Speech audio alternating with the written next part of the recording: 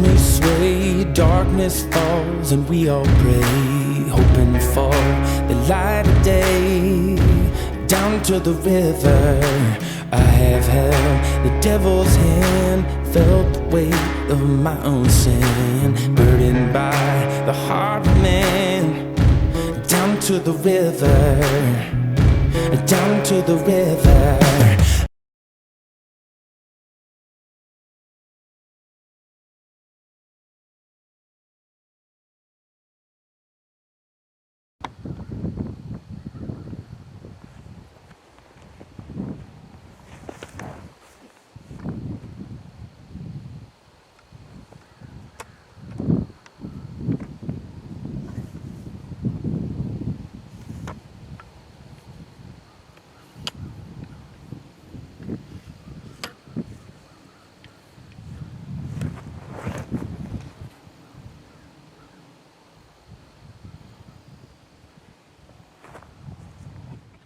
All right, are you driving by some of your best hunting spots? I know that I am. Drive by this road every day.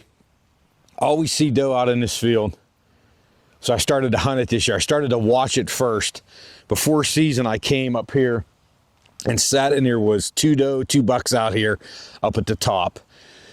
And I would come down during the season, during deer season. I'm going to hog and coyote hunt before I deer hunt. So I'll come down here 4 or 5 in the morning sometimes, and there was always a big body deer out in this field with the does. Bedding area, cedar bedding area. Most of the time the wind is blowing out this way. This is kind of our sanctuary. I'm not going to ever go into that bedding area.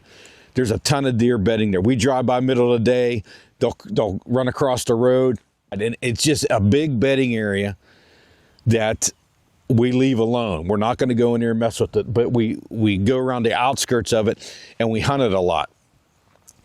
And when the wind's blowing this way, I thought them bucks would love to travel this side of it, because though we're bedding in there, wind's blowing this way, they're going to cruise down along here. This morning I come in and I'm going to loop down, and I knew that these higher weeds were over here.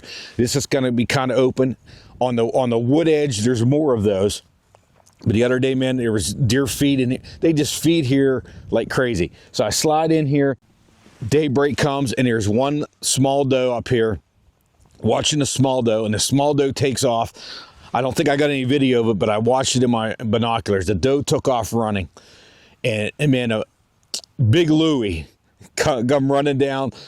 He didn't really run down, but he's sniffing that side. And before I could even get set up, man, I don't have all my cameras set up. I don't have anything set up. I don't have my recorder battery in. I didn't even get it lined up yet. That buck goes down there. I got a little bit of video of him on that camera. Went down there, definite shooter, right? He goes down there chasing. And I thought, well, listen, a lot of bucks are cruising around here on this property. They're going to be looking for these does. Maybe this one will even come back. About an hour later, bam, bam, pops out. That doe is back. I think it's the same doe, but it could not, because there's a lot of them right here. Watching that doe a little bit, doe pops up on the top up here, and they're feeding all along here, browsing. I don't even know what's up there yet. I haven't even walked along that edge to see what they're feeding on, but I know that I got a video of them browsing the other day. Sitting here watching, look down here, there's a buck, small buck, come up through here. He went up there, sniffing through. Perfect, man. I'm on this side. I'm on a downwind side of a major bedding area, and I'm just going to sit here and wait. Buck's got to come. And deer would actually look at me, man, but because of this right here, all this right here around me, I just sat here kind of out in the open a little bit, got my camera behind me. All of a sudden, I start looking, there's a deer up there.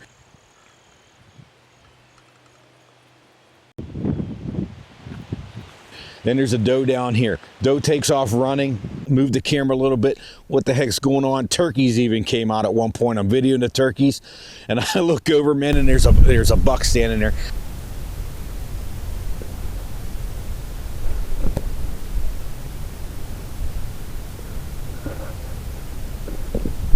I think he's a 7-point. I haven't even gone over to him yet. We got him on a camera probably 600 yards away, 700 yards away. I think because of the claw on the one side, I think he's going to be a 7-point. But he wasn't as big as the other one. This other one was a shooter. Now, I may be wrong in that. That may be the same buck once I go back and review it. But I think this one was a lot wider and nice when he went down through here.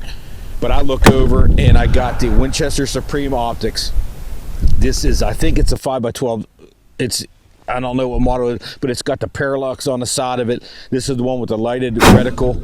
And I put on that animal, on that buck, and I'm going to tell you another thing. 300 blackout, I got it sighted in right on at 100 yards.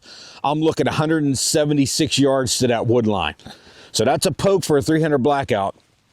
I decided I'm gonna aim top of the body, and that deer was kind of looking at me, and I put on him, man, and bam, I dropped that thing, and I could see butt went down. I seen it drop right in there. I mean, just a great video. I shot this buck because Winchester Supreme Optics with my trigger cam on here. I knew I was going to have a good video of it.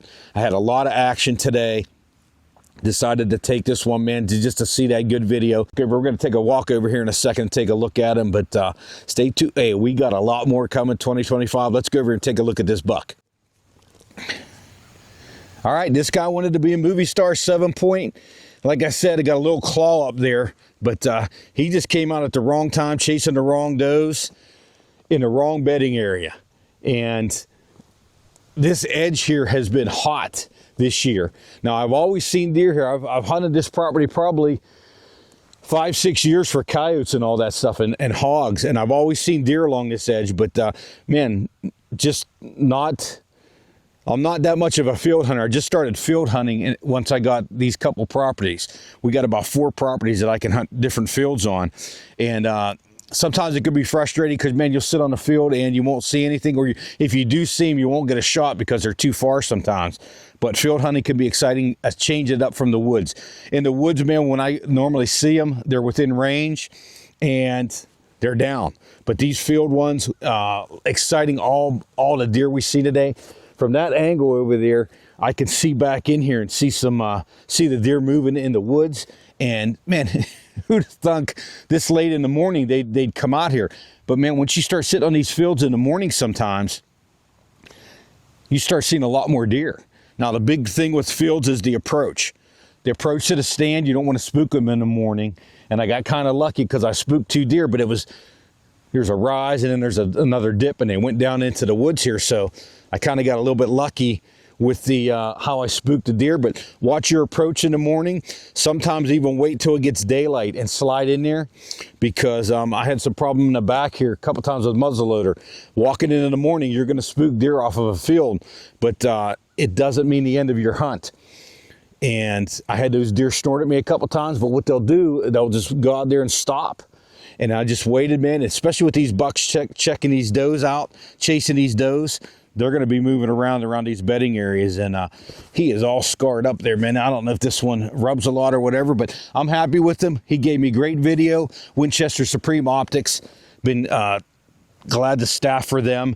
Get you some footage through them with that trigger cam. These are great optics. Check them out, man, if you want a budget scope. Well built, Winchester name, legendary name. They're everything is just tight. All the controls are tight. I got my binocs that I scan with, and I'm going to do a review on those things. And I really like how tight the controls are. A lot of times when my binocs and my scopes go bad over time, it's because the control knobs break, or especially where you turn out the binocs lenses, they will, just from turning them, they'll break. Very well built. Check them out. This one has the lighted reticle on it, that red dot. Man, we got a bunch of them down. We got 4 down already. E got 1, Hunter got 1. I got 2 now. I'm going to try and finish out October here with 3 or 4 for myself. Head up to Pennsylvania for archery season, possibly. That's a possible trip coming up. So thank you for watching, liking, subscribing. Stay tuned. We're going to bring you a lot more. We're going to hit the woods. We're going to hit the fields and see if we can't get you a lot more deer footage this year.